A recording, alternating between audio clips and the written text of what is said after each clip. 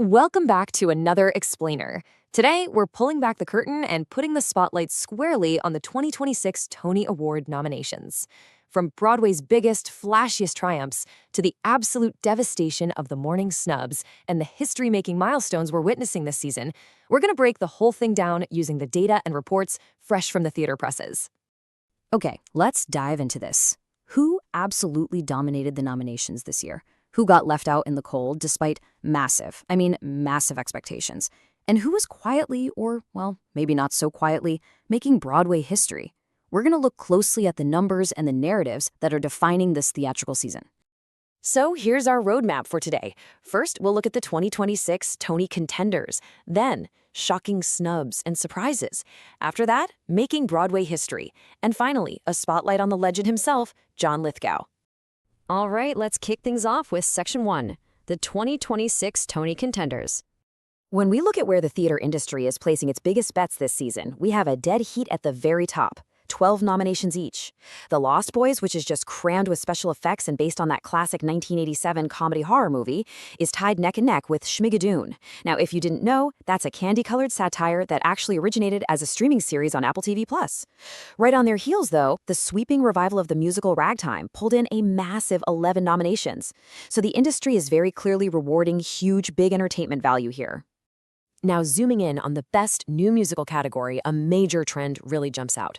We've got recognizable, intellectual property totally dominating the list. I mean, The Lost Boys, Schmigadoon, and Titanic, which, by the way, is this wildly popular send-up of the blockbuster film. As theater gets more and more expensive to produce, producers are, they're looking for a sure thing, which often means basing a show on existing IP. But what's truly thrilling for theater fans is seeing two strangers carry a cake across New York on this list. It's a completely original, delightful show that somehow managed to break through all that noise to make the final cut. Absolutely incredible. Over on the play side of things, the Arthur Miller classic Death of a Salesman is leading the pack, securing 9 nominations for its revival. But what you should really take away from this broader view of the contenders is just how wide the wealth was spread this year.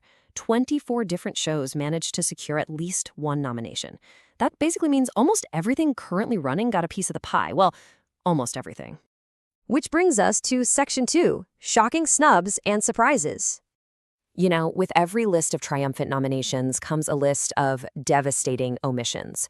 The inherent drama of theater reporting basically demands we look at who was left out in the cold. Take a look at this number. $520,119.10. That was the weekly box office gross for the new musical Beaches. In a massive venue like the Majestic Theater, that is a dismal, frankly deadly number. Beaches featured a wildly praised lead performance by Jessica Vosk, but the show was totally snubbed. 0 nominations across the board.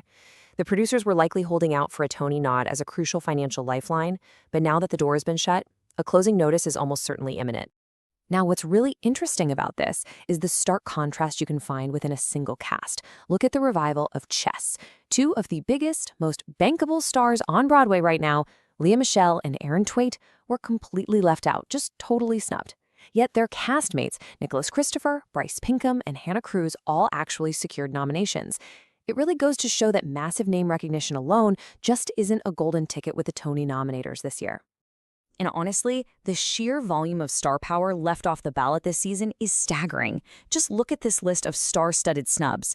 Io Adebiri and Don Cheadle, both making their Broadway debuts in Proof, nothing. Keanu Reeves in Waiting for Godot, snubbed. Broadway royalty Kristen Chenoweth starred in The Queen of Versailles, which, granted, opened to bad reviews and quickly closed, but she was still passed over.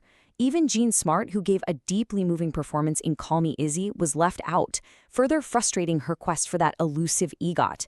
This vividly illustrates just how fierce the competition was in the 2026 season. All right, moving away from the heartbreak, let's look at Section 3, making Broadway history. Let's shift our focus and celebrate the incredible, frankly record-breaking milestones that were achieved on the stage this year.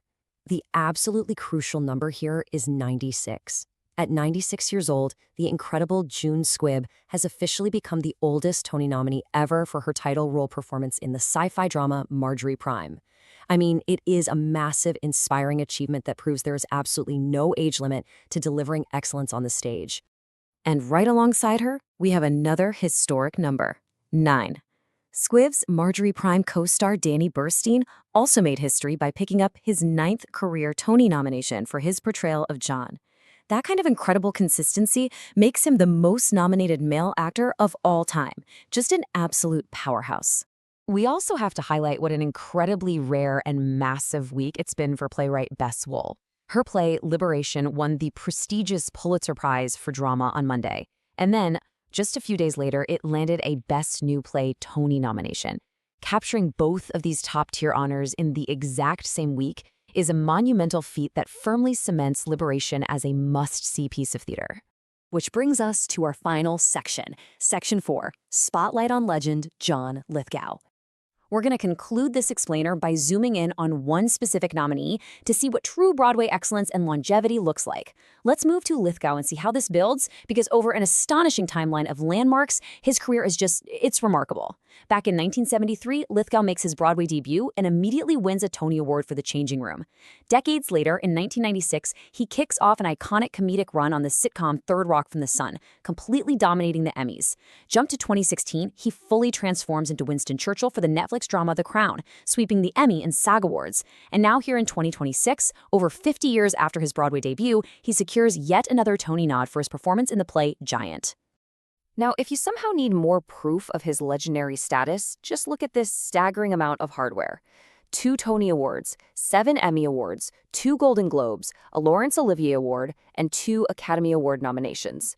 I mean, from playing a serial killer on Dexter to a transsexual ex-football player in The World According to Garp, the man is a literal masterclass in adaptability across stage, television, and film.